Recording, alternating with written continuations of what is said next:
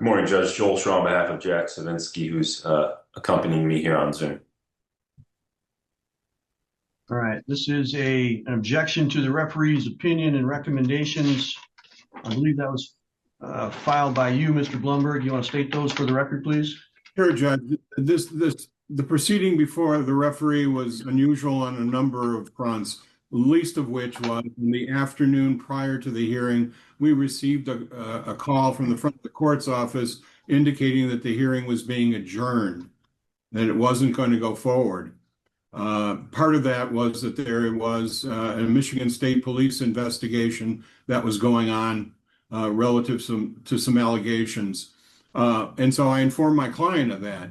At about 4:15, we received a call back from the front of the court saying that referee legal was ordering that this matter would proceed. So we were, first of all, at a significant disadvantage going into the hearing based on the prior adjournment that was going to follow. But even at the referee hearing, we made a very, I think, clear and strong record as to why the matter shouldn't proceed. Again, referee legal disregarded my arguments or decided to go forward. One of the issues that we were there for had to do with alleged denial of parenting time during the preceding summer. We presented testimony that was pretty clear about the health concerns that existed in Mr. Savinsky's home, the medications that were not being properly administered by Mr. Savinsky, and the referee legal didn't find that those were compelling enough reasons to find her not in contempt and to order make-up parenting time. So based on those two findings made by the referee, we filed a timely objection, and we were simply asking the court to allow us to have a de novo hearing to present in certainly more detail and perhaps in a manner that the court will find more compelling than the referee did. So we are asking for a de novo hearing. Thank you. Mr. Schraub? Thank you, Judge. I agree with Mr. Blumberg on one point, and that is that we created a full and complete record at the hearing before the referee. I think the referee did actually kind of grant Mr. Blumberg's request to not proceed insofar as referee legal elected not to proceed with the ongoing parenting time issues, that being the parenting time issues subsequent to the summer of 2025. My client hasn't seen his daughter since September, the first part of September 2025, and that continues. The defendant here may not like the referee's decision, but I think that's all this really is, except that I also think that this is a thinly veiled attempt on the defendant's part to also extend this period of time where Mr. Savinsky has not seen his daughter. And ultimately, I believe that she should be sanctioned for that. You'll draw the court's attention to the referee's opinion and recommendation, page 2 at the bottom, second sentence of that paragraph. A finding of contempt and a fine would have also been recommended, but due to the procedural nature of this matter, a formal show cause hearing against the defendant was never set. So I think that's a clear indicator of how distinctly the evidence favored my client. I don't think that this is a proper objection. I don't think it should proceed. I think the court also needs to be aware of a couple other things. One, the state police investigation has concluded. There was no charging request. CPS visited with my client for the first time this past week. They've indicated that they're closing their investigation without any sort of abuse or neglect findings. And we are headed towards what seems to be another referee hearing based on the ongoing denial of parenting time that started the first week of September 2025.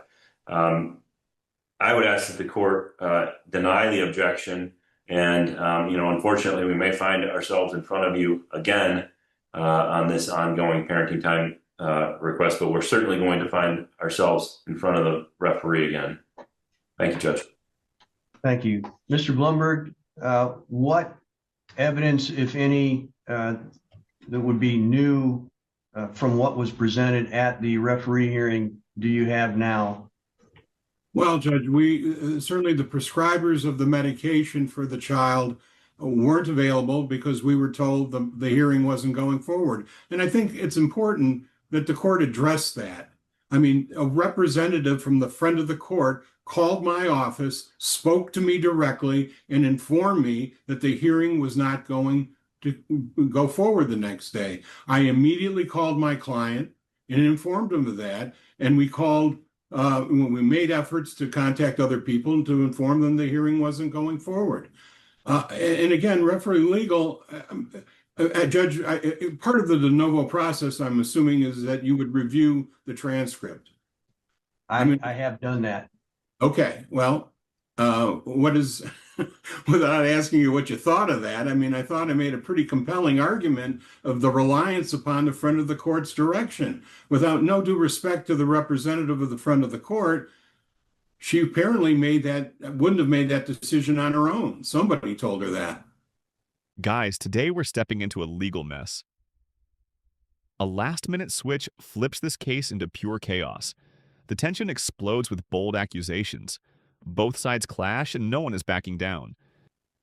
I don't doubt what you're telling me, that there was a mix-up in communication as to whether or not the hearing was going. I don't doubt that at all.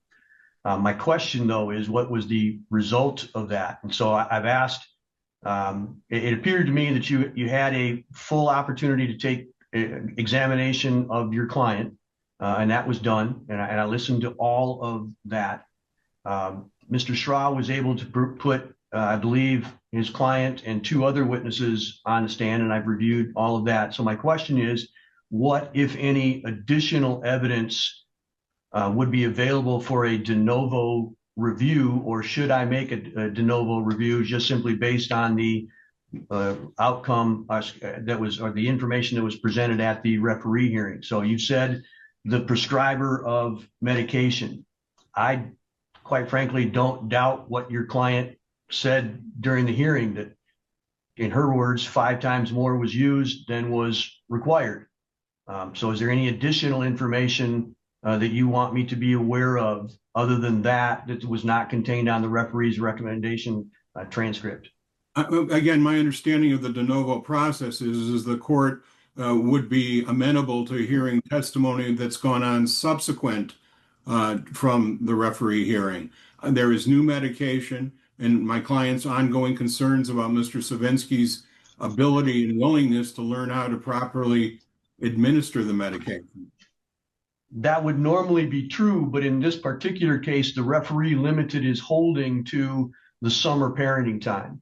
And so I believe that I would be at this point limited to the summer parenting time issue. And so it would be that information about the summertime, not about anything that, as Mr. Schraw indicated, that from September forward during the summer, during the period after the summer parenting time. So any new information would go to whether or not there was a proper limiting of parenting time after Labor Day. In my view, this is all from the summertime only, and I think all of that information is there within the transcript or the video that I viewed of that hearing. So I'm asking, is there any additional witnesses or evidence other than this prescriber of medication that I've already referenced that I need to review in making a decision about the summertime only? So is it the court's suggestion that you merely review apparently you've already reviewed the video. I have. Okay.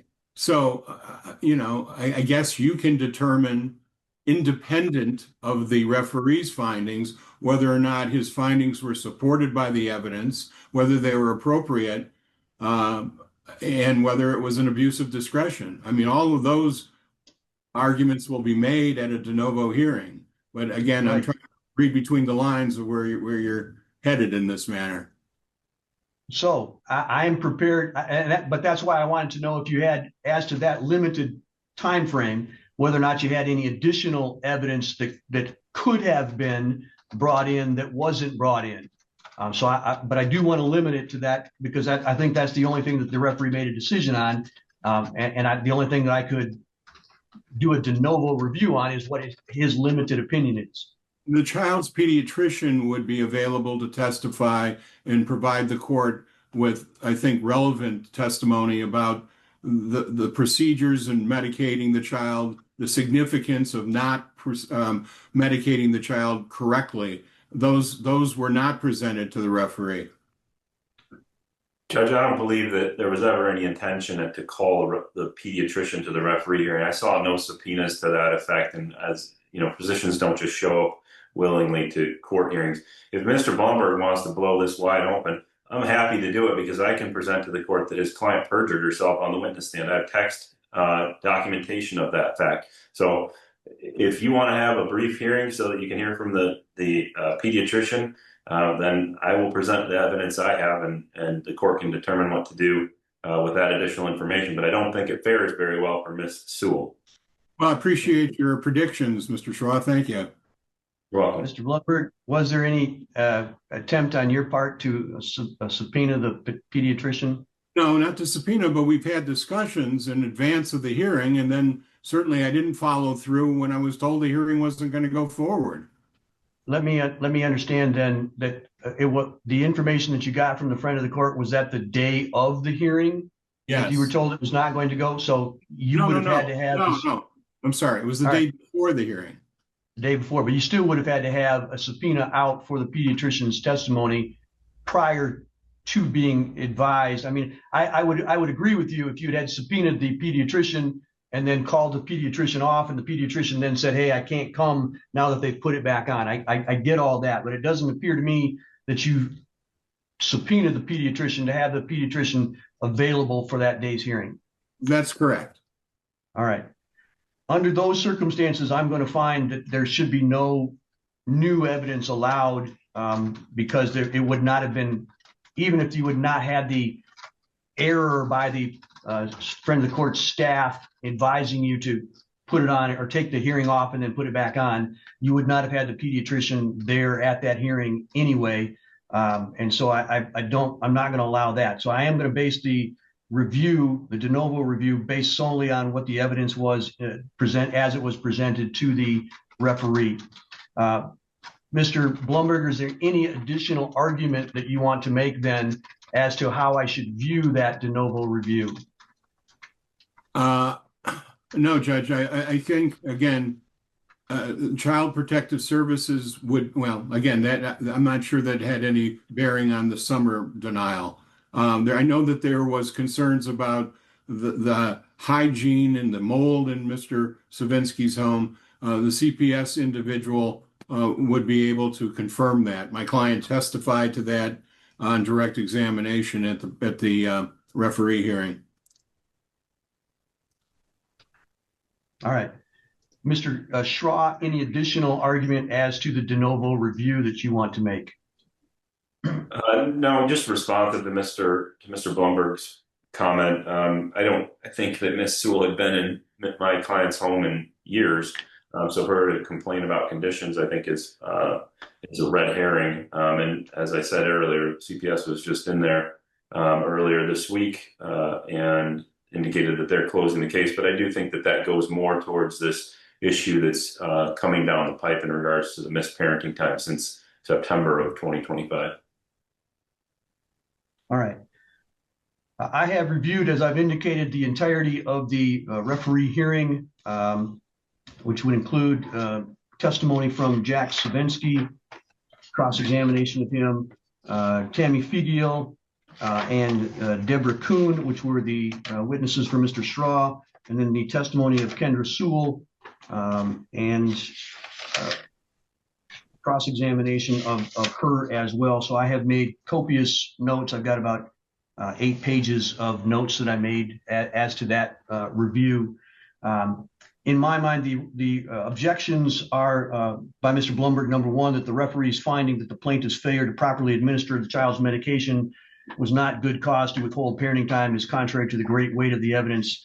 My review of the testimony was that there were 2 instances approximately a year apart that the defendant testified to involving misuse of medication or improper use of medication. In my view, that did not was not a pattern. There was no testimony of actual injury to the child.